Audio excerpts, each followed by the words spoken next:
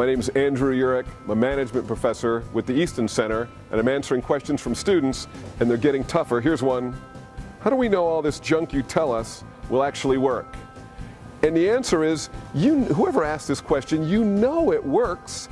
It's worked for many, many, many people, and if you think about it logically, it has to work. One of the things I emphasize in my leadership class is there are a lot of advantages to being likable and having people like you, and a lot of good things. Matter of fact, the quote from Forbes magazine for yesterday was, I'm going to mess it all up, but the long and the short of it is, what you get out of life is not what you get for yourself, but what for other people give to you and help you get.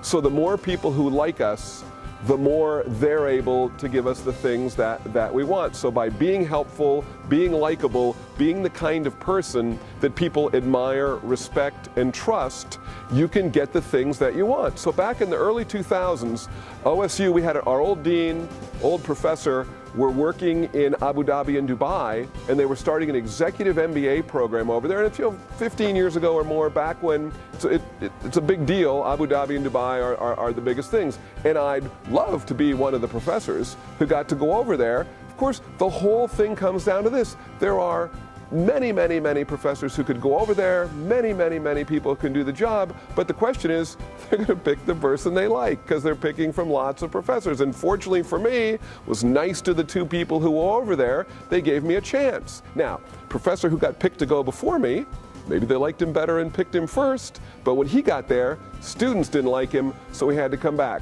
So I get picked to go to Abu Dhabi and Dubai because the people who decide it like me. Then when I get there, have to make sure the students like me. So on the plane over, I'm reading a book about the culture of the United Arab Emirates, and I'm trying to be sensitive to the culture, tried to think about the idea of an American coming over and talking to people in the Middle East who are very involved in business and very, very clever and very highly educated. You make sure you don't talk down to people, and then you be genuine, you open up and show them who you are. I made some great friendships over there, and the students were so nice to me, again, because somebody decided they liked me. Someone took me out to their summer house, got to ride horses in the sand.